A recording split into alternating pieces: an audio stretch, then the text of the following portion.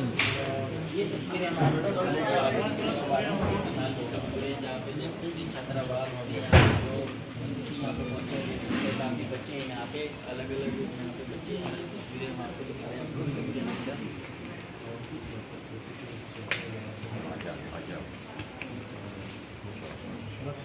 संस्कार की एक झलक देख सकते हैं कि किस तरह से संग संग में बच्चे जो रह रहे हैं और सभी जो अब जितने भी यहाँ पे आए हैं श्रोतागण उनके सब पैर छूते हुए दिखाई दे रहे हैं। सर अपने जो यहाँ पे बच्चे कितने बच्चे आते हैं, क्या कुछ पढ़ते हैं, क्या किसके संरक्षक में ये जो ना आप कार्यक्रम चला रहे हैं स्कूल वगैरह का, जो क्या कुछ करना चाहेंगे? सेवा भारती हरियाणा प्रदेश का जो करनाल इकाई है उसके संरक्षण में ये गोविंद निलयम छात्रावास कार्य कर रहा है। इसमें वर्तमान में 35 बच्चे पूरे हरियाणा प्रदेश के सभी जिलों से शिक्षा ग्रहण कर रहे हैं और साथ में संस्कार ले रहे हैं। सर इनकी जो है ना सिलेक्शन कैसी होती है?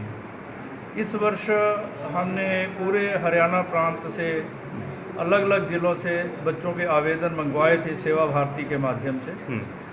लगभग 76 प्रार्थना पत्र आवेदन जो है हमारे पास आए थे जी। सभी बच्चों की लिखित परीक्षा ली गई और फिर उसके बाद बच्चे का और उनके माता पिता का संयुक्त साक्षात करने के बाद 19 बच्चों का चयन जो है वो इस वर्ष किया गया है। पिछले वर्ष हमारे पास 19 बच्चे थे, इनमें से 3 बच्चे जो हैं वो किन्हीं कारणवश चले गए थे और वर्तमान में पिछले वर्ष और इस वर्ष के मिलाकर कुल 35 बच्चे हमारे पास शिक्षा और संस्कार ग्रहण कर रहे हैं। जी सर, यहाँ जो बच्चे आप रखे हुए हैं तो इनका जो खान पान रहन सहन जो तमाम जो खर्चे हैं वो कहाँ से आप वहन करते हैं? इनका पूरा खर्च जो है वो समाज के सहयोग से ही वहन किया जाता है।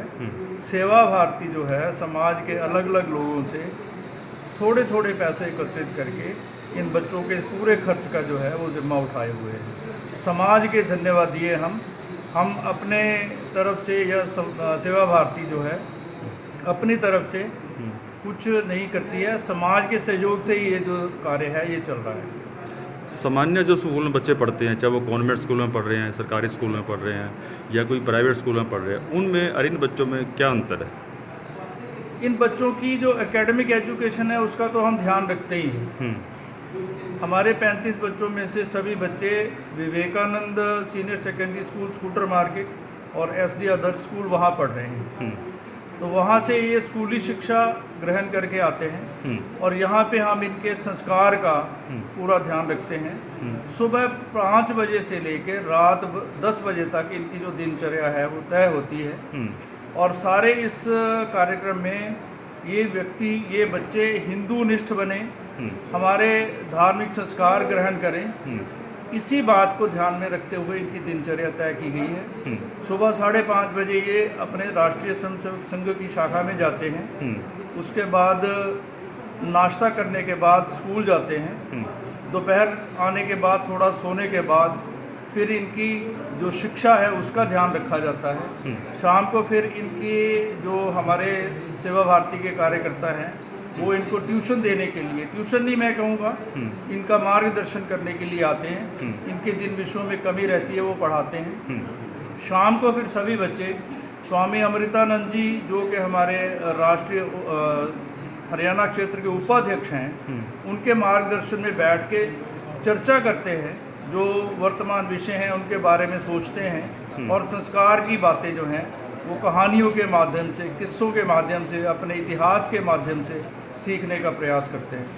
सर आपके यहाँ पे जो एकेडमी बच्चे जो रह रहे हैं, कितना आपका टारगेट है, कितने आप क्षमता कितनी है यहाँ पे रखने की बच्चे की? वर्तमान में जैसे मैंने बताया 35 बच्चे जो हैं वो स्कूली शिक्षा और संस्कार ग्रहण कर रहे हैं। इस छात्रावास की जो कुल कैपेसिटी है वर्तमान में वो 50 बच्चों की है और अगले वर्ष अतिरिक्त बच्चे जो है वो हम पूरा करने की कोशिश करेंगे। 6ठी और 7वीं क्लास के बच्चे जो हैं वो शुरू में हम यहाँ पे एडमिट करते हैं, फिर वो आगे पढ़ते पढ़ते आगे वाली क्लासों में बढ़ते जाते हैं।